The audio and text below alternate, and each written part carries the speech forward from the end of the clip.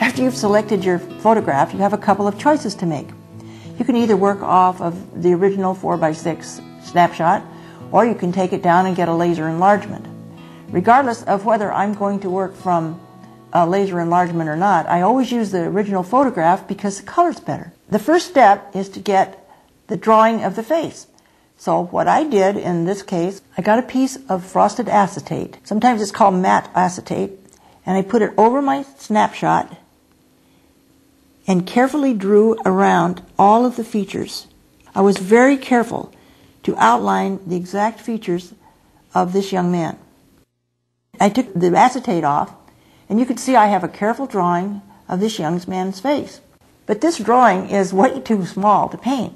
I have a black and white copier, and I put it in my copier and enlarged it. I had to enlarge it twice. The first time I enlarged it, I could only make it this large. So I put it in the copier again and got it this large. And finally, I enlarged it to a point where I thought I would enjoy painting it. And it's this large.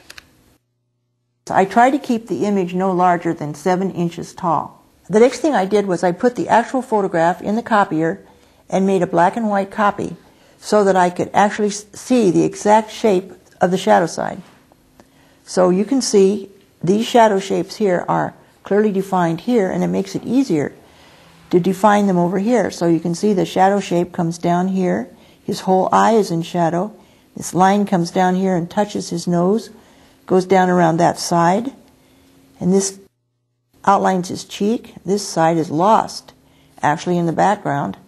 And you can see how the shadow comes down under his nose, and it wraps around his upper lip, cross his tooth, around this way and down in here.